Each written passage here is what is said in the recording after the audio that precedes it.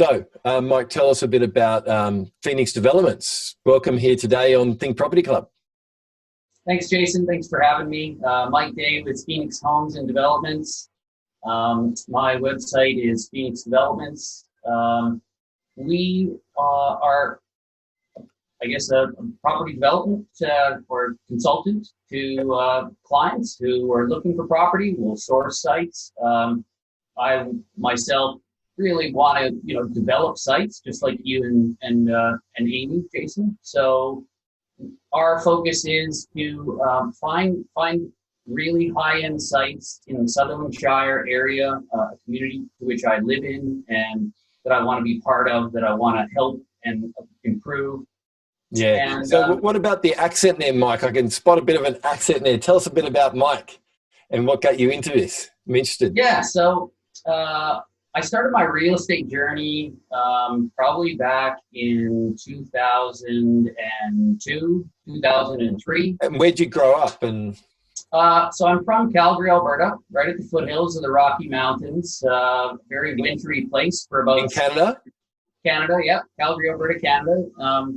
So, nice wintry place, 6-8 months of the year. There's snow on the ground, and we love to ski and play ice hockey.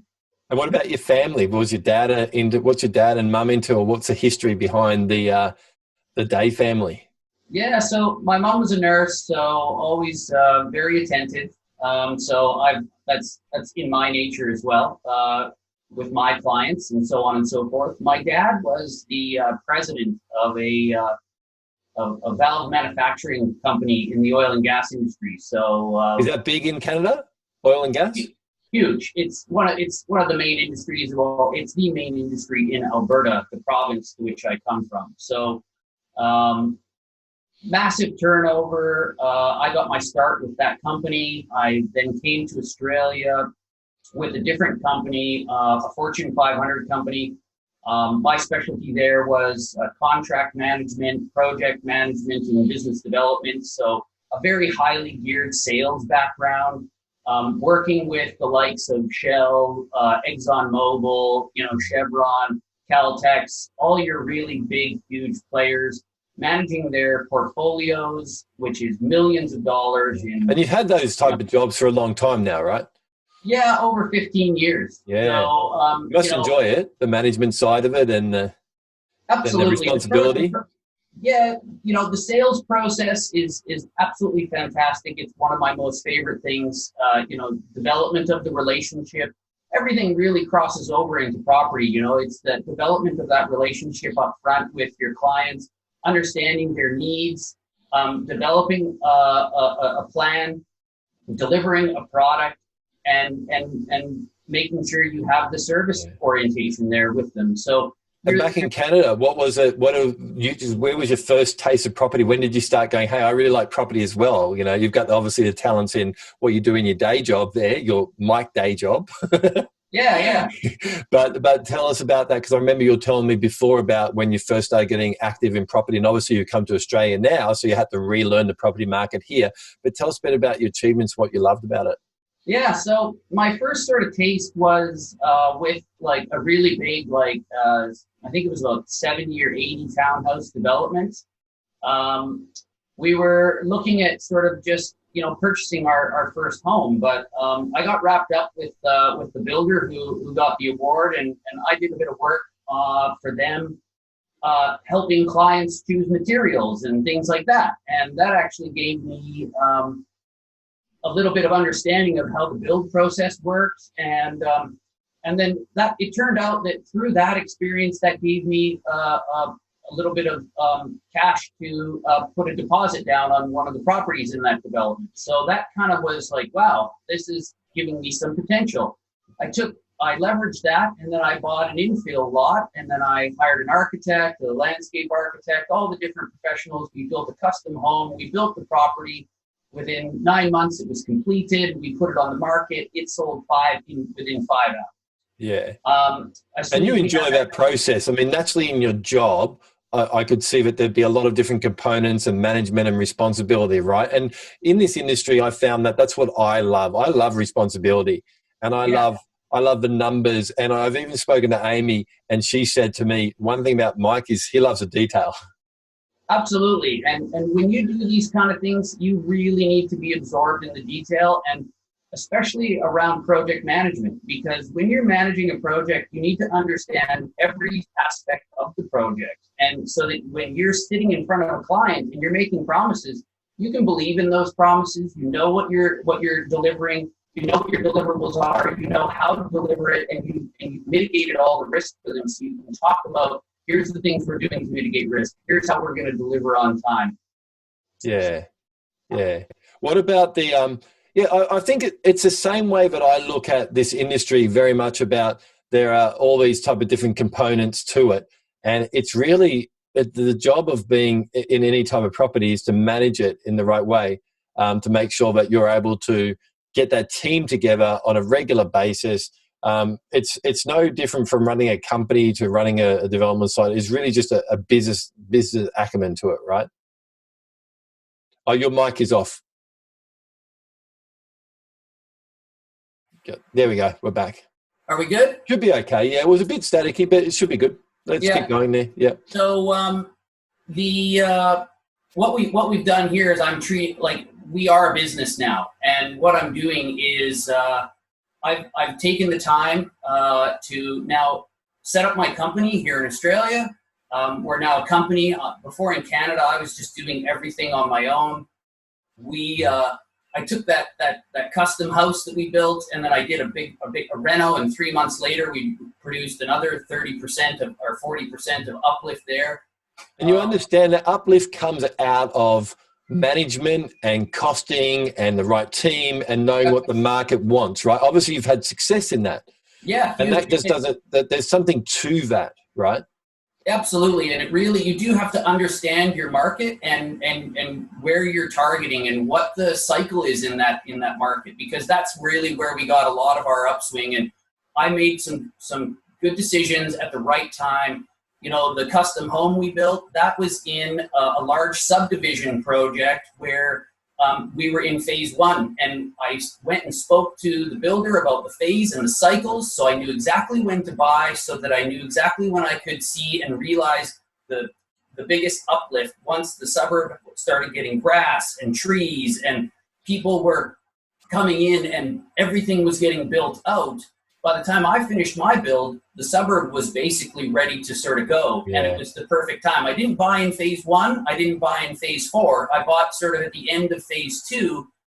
You paid just a tiny bit more, but you capitalized more on a very quick turnaround with some huge uplift. I had a 40% uplift in 9 months from the purchase price I paid to what we sold for, and it sold in 5 hours. Yeah, that's great. So over here, so in Australia, where have you decided that you've been based now in Australia? Yeah. Tell us a bit about that suburb and what you like about it. So coming to Australia, everything is very different than Canada. We have a lot more legislation here. And in regards to, you know, New South Wales is one of the most highly legislated states, you know, in the world and in Australia. So the councils are very, you know, they're very meticulous. So what you have, so I've now come here. I was doing everything in my own name before, very you know, personal, using my own money. Now we're here. We're a business, and what I've done is I've treated it just like I manage projects and the business that I work in a Fortune 500 company. Yeah. Okay? So it's interesting what you just said there. I picked up on that. And I'm remembering my journey of what I went through. So when you decide this is the area you're going to work in, instead of just looking around first off the properties and what's going on here, which is something you've got to take attention to, but you've kind of gone, hang on, I'm going to study the council first to see how do they work. Because if I can't get on with this council, I don't want to be doing stuff here. And that's really interesting that you've looked at that factor. Absolutely. So I even took it a step back, and I actually pulled some statistics off the web and looked at what are the top 5 councils in the Sydney area. Who has the most development applications? Who has the most highest value of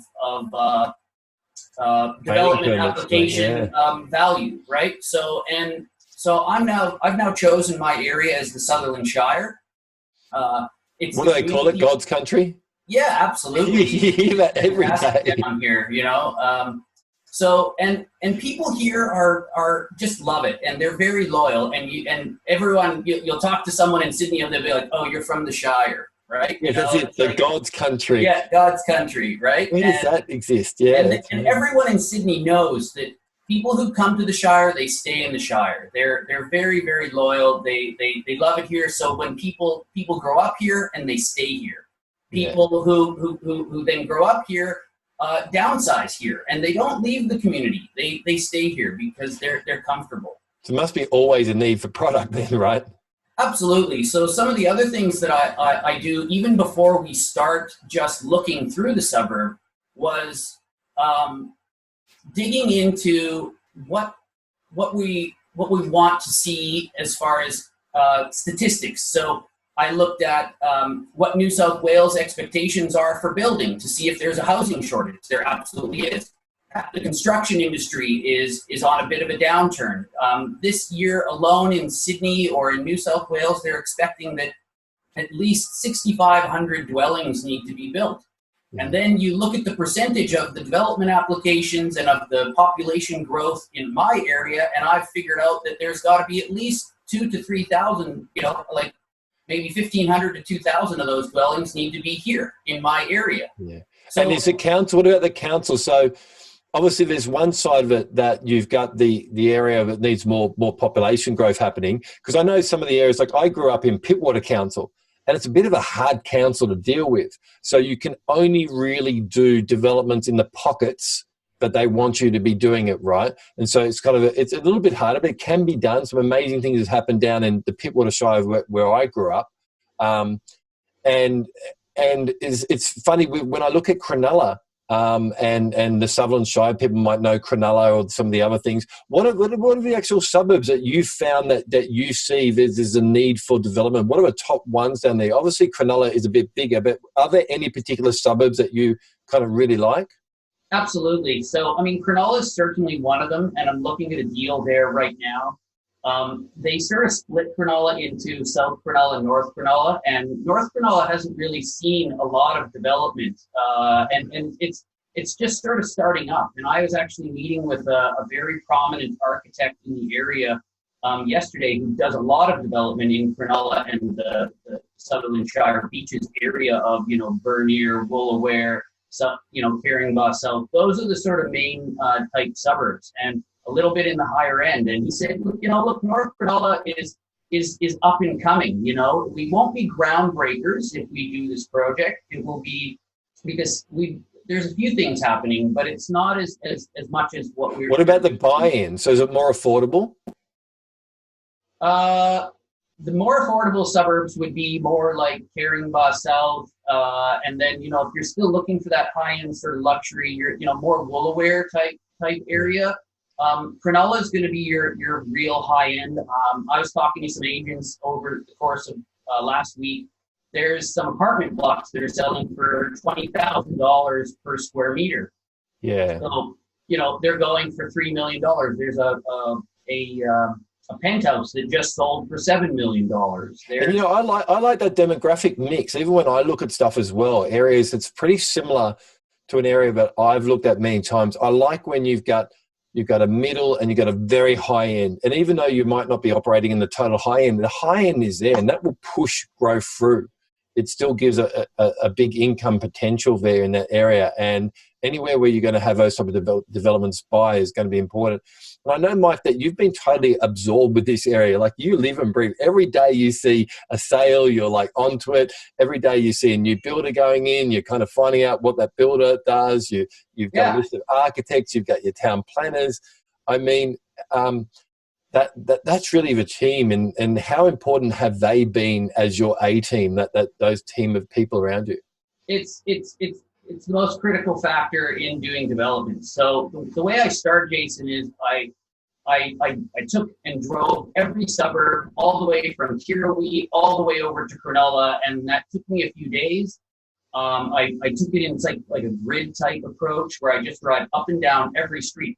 Now, the reason for the manual type process is because, you can use RP data, you can use all these other type of algorithms, but it's going to throw in all the old crappy houses in the suburb, and it's going to really skew your results. So the reason I drive every street is because I want to see everything that's brand new, something that's just been built, who's building, and this is where we get our proven track record. Who's doing the building? How many times are you going to see the same builder? Then you go to you write down all the addresses. Now you can start coming up with, what's being built, who's doing the building, what's on the market, what's being sold, how much is it being sold for. So now you can come up with your gross. So you're really placing targets around the area, right? By doing that. You're seeing who's selling these places. So now it's like, who are the agents? And then from there, you can look on the planning website of the council. You can get the architect. You can get your hydraulic engineers. And then from there, you start interviewing people. So I've interviewed over a dozen architects. I've interviewed 2 dozen, 3 dozen agents. I've talked with a half a dozen builders. So is that your process? When I know that you do 2 things, like you do your own developments, but another big factor of what you're doing is you're partnering with investors out there. So when you do that, your process is to obviously target areas where there's a good return. So by you going up and down streets and looking at different stuff, you're kind of seeing where stuff was a bit quiet or a bit boring. And then you're seeing like pockets that, hey, these are working. There's something popular about that. But your process, when you work with an investor, right? So let's talk a bit about that.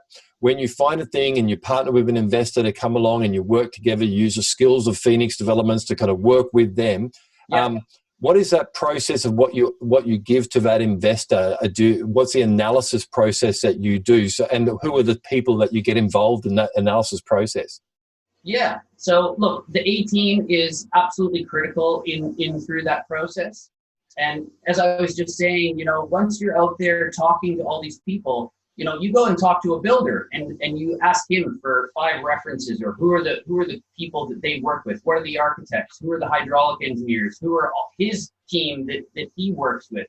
And what you'll start finding is that all the builders and all the architects will all start giving you the same types of names. And you're now honing in on the A team, and that's the team that I've developed. So in taking a few months of doing such critical analysis and then research to finding that A team, now we can go in and approach a client and say, I've got the best team in the Shire. They build developments 7 days a week. They're busy. They're involved in dozens of projects. They've been involved in hundreds over the last 10 plus years. And from there, you've got a very accurate base of information. So you can approach your builders and you can get build costs. You can approach your agents and get valuation costs on and guidance through to what your gross realized values are going to be. So tell us a bit about that, the values of and what aligns with your values of Phoenix Development. Obviously, I noticed that just through talking to you and we've known each other now for, I don't know, professionally we've known each other for about at least a year, because you and I are working on developments and that together, going through that process together. But also, I mean, every company has its values. I know personally that you're very committed to making sure that everything is double checked. And then when you have a project on, you really hold people to the accountability.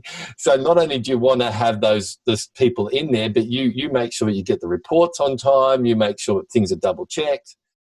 And that's really what my career has been is project management. So holding people accountable, making sure you're following up, constantly setting deadlines and achieving those deadlines, and being able to provide those reports to your clients who are asking you to source properties, or that you're doing it for your joint venture partner and yourself as the developer.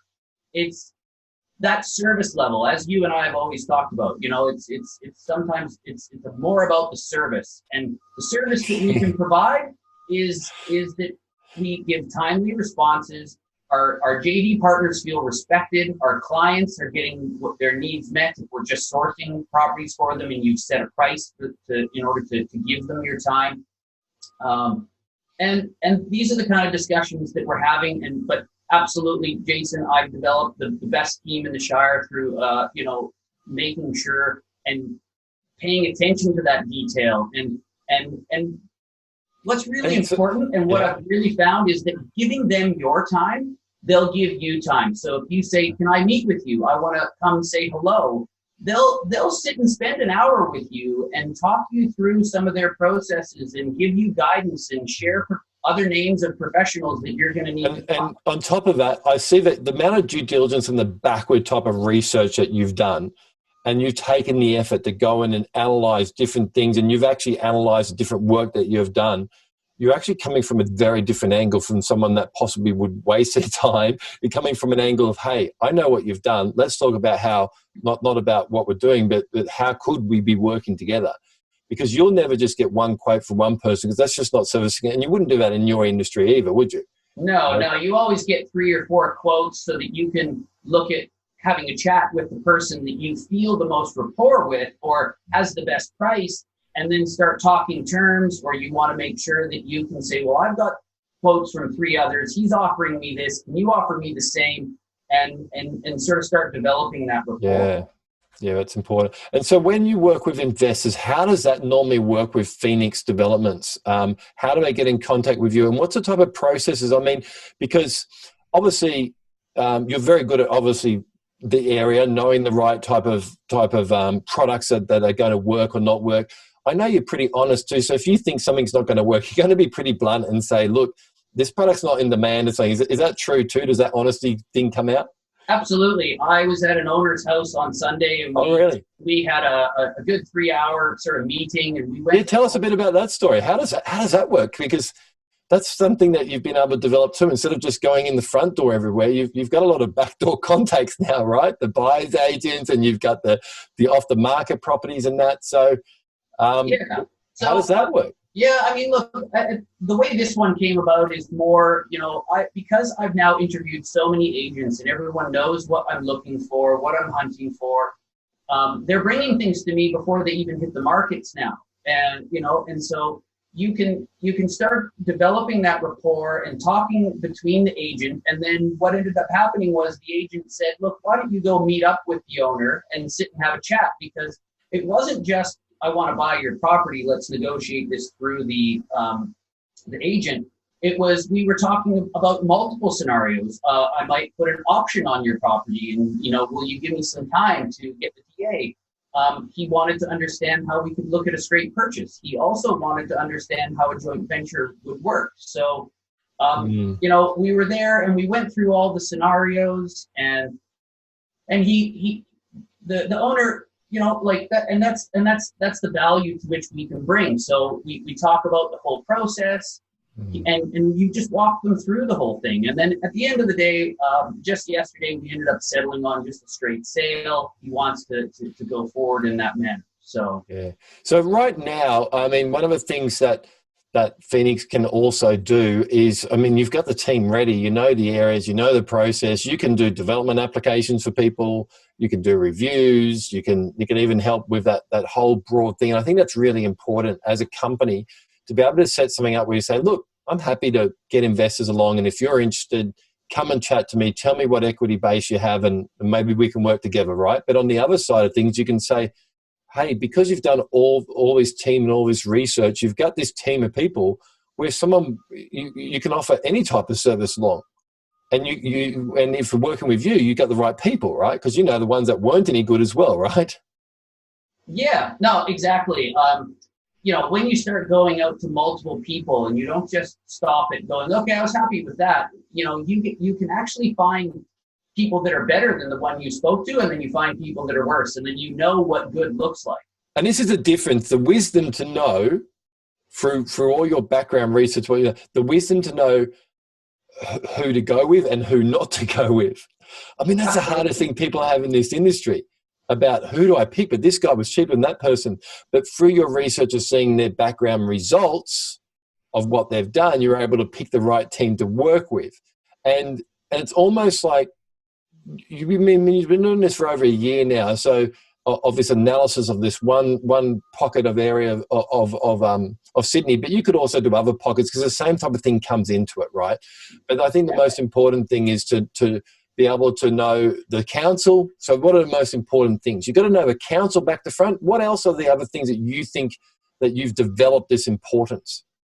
So, council, who else? Understanding the council and the DCP is critical because you need to understand the different zones that operate within the council, so that you can understand when you go to a site what it's going to look at yielding on a potential. So R3 is very different to R2 because in an R2 site in this council, we have a 60-40 rule. So I can only put 2-story on the front 60% in an R2 zone. So that means you have to have villas in the back, and you need to make sure your FSR ratios will accommodate that to be able to get the number of units you want on there to be able to get the yield that you need. So these are the kind of things that, like, a client coming to look for a property for you to source, they're not going to have all that intimate knowledge, and you're going to be able to walk through and say, no, that's no good. In the meeting on Sunday that I had, the owner had already started to try and develop this project on his own, and they've sort of run into a wall. They spent $30,000 on architecturals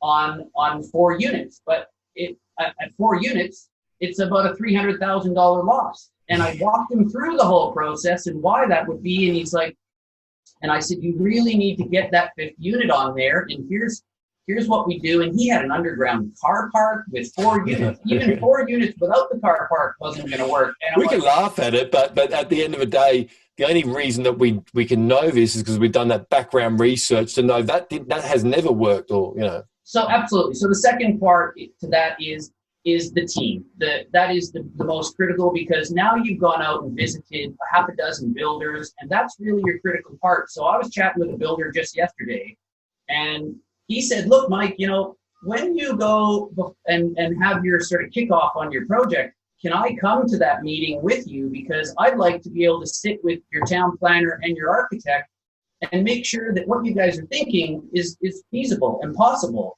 And I'm like, that's a great idea, because now we can have like a little kickoff meeting. The architect, in this case, was very prominent in Cronulla on the high end of things. And the builder was not concerned, but he was just like, look, I know that architect, and he's amazing, and he has one of the best names in the industry. But I think we need to just make sure what we're going to design can be built, and it'd be great if I could be involved in that. And so profitable, that's important. I'm relating to you on that. You need a good architect, and especially in areas like Cronulla, like there's a lot of light that you've got to pay attention to, and you want it to be appealing. People will pay for quality product there. But on the other side too, even though you want to push an architect to come up with some amazing things, it's still the structure of the building which can be saved on, how much steel is used, how many cantilevers, how much foundations used, what type of things that cost up, because you're going to make profit on it, you know. But the other real critical part there is through that interview process, and you need to, like, you know, the builders and all the other professionals, the more you start to hear the same name, what that means to me is that, so then you talk to the builder, you talk to the architect, and they know everyone in council. They have a relationship with them. They do, that's right. The council then knows this person, and that they know what the council wants, because they've done it dozens of times, and they're doing some very high-end projects with high profile to the council that will set the stage for that suburb and have huge resale and really grow the community. So the council's very vested in supporting a person like that who knows what they want, and then they have rapport. So it's like, whereas the owner used, nobody that I've spoken to in the last few weeks has heard of this architect in the area. And it's like, well, no wonder. And it's not that you can't use him, but it's safer. It's much safer if you go with someone the council knows and recognizes, you know, and I came up with about 5 different names that top the charts in the area. And so, you know, you might go, this is a high-end project, I'll go with this guy who's up here. And the next one I'll go is sort of down here. So I'm going to go with this guy down here. And then you can sort of spread the love around a little bit and be working with 2 or 3 different architects. So one guy I think that I have is amazing in duplexes. The other guy is more, multi-dwelling.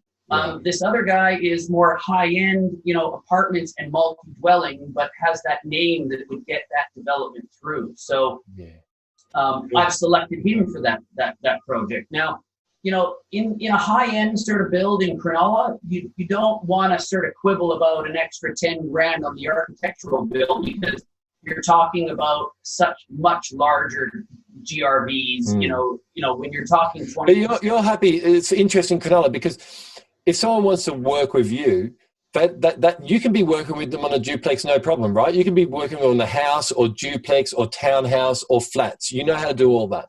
You got the team ready to do that. Yep. So then it comes down to the budget, right? So if you have a property and you want to turn it into a duplex site, I can do all the analysis for you. And you can work out first off whether it's profitable.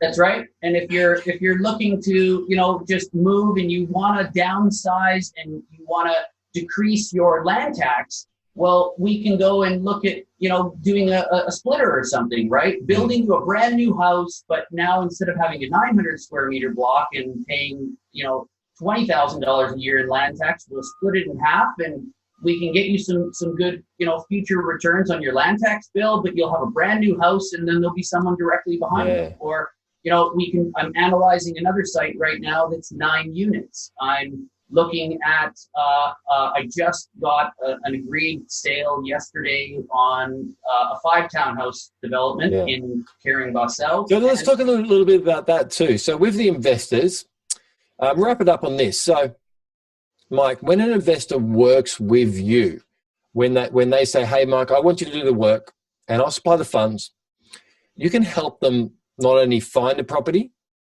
but you can help them obviously prove to them whether it's going to work or not, whatever they're going to do on it. And then you've also got a bit of a knowledge behind the finance of it as well, right? You've got a team on that side of it as well. So really, when an investor comes to you, they've just got to be keen. They've got to have the right attitude. They've got to be ready. They've got to, you don't want to waste your time, because I can see that you do a lot of work. So the most important thing to you then is to make sure that investor is happy to go through the process and work out whether the finance they're qualified for, and then go through the process of being able to find the right property for them and work in a partnership with them, right? What do you want to achieve out of that partnership? Because you don't mind doing the work, right?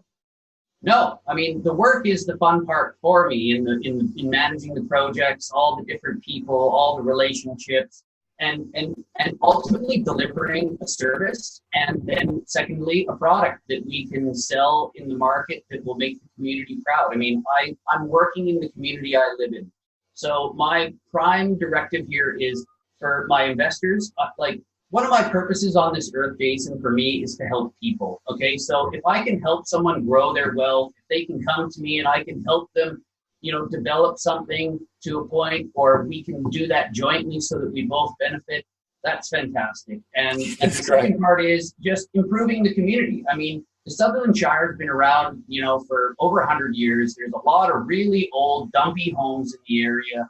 I really just want to be part of bringing it back up into the 21st century and building some new homes and being part of they've got this whole ad campaign for Sydney at the moment, that they're redeveloping it and the new Sydney sort of thing. And I just want to be part of that.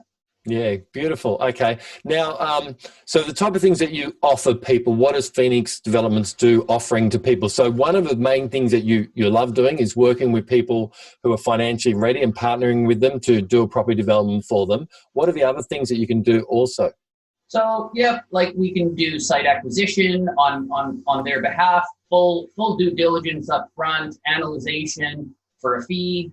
We'll do sourcing of properties for you. Development applications. Yep. So, and then if you have your own property and you want to develop it, you don't need help sourcing it, but you need someone to walk you through the whole process, I'll just do a project management fee for you, to take you through the whole DA process. Use my A team that I've found help you through the drawings and the prelim phase, the pre-DA meetings, the submission of the DA, all the way through to, getting the DA approval.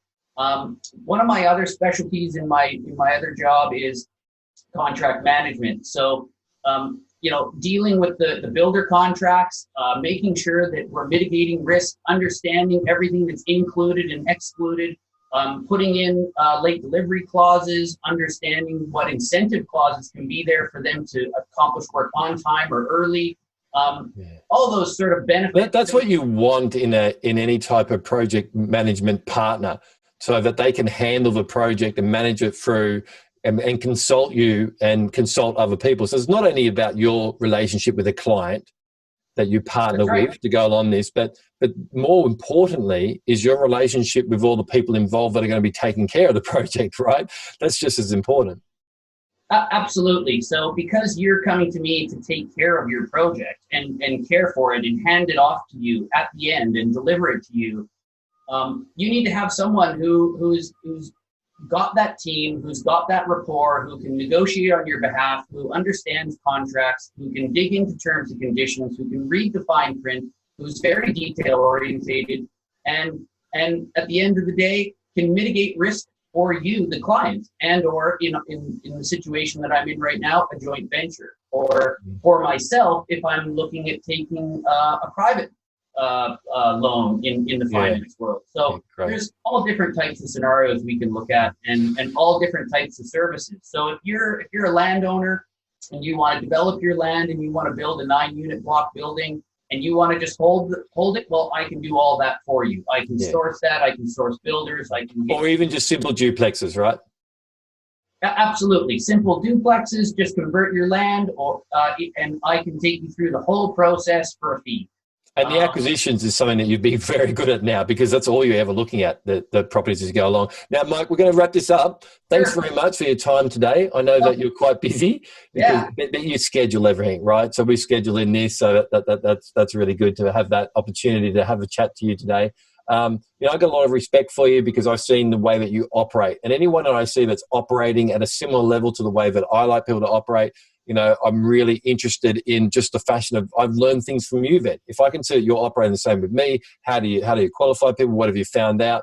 Then that's really good to be able to have that discussion with people that are in the industry in that sense. I find that we can learn a lot of each other, right? Yeah, absolutely. I mean, look, I'm learning more from you than at the moment, but I think some of the discussions we had today just around some of the private lending options that I'm looking at are certainly something that you're asking questions about. So yeah, it is a symbiotic relationship, but yeah, it's fantastic to be on board and part of this amazing tribe. So. Thanks, Mike. Look, just to end it off here, your website's on that little link down there, so that's fine. So people just want to have a bit more of a chat or start a conversation with you. Very easy. It's very easy to find you and have that chat, right? You're happy to do that? Yeah, of course. Anytime. Great. Thanks, Mike. Okay, thanks, guys.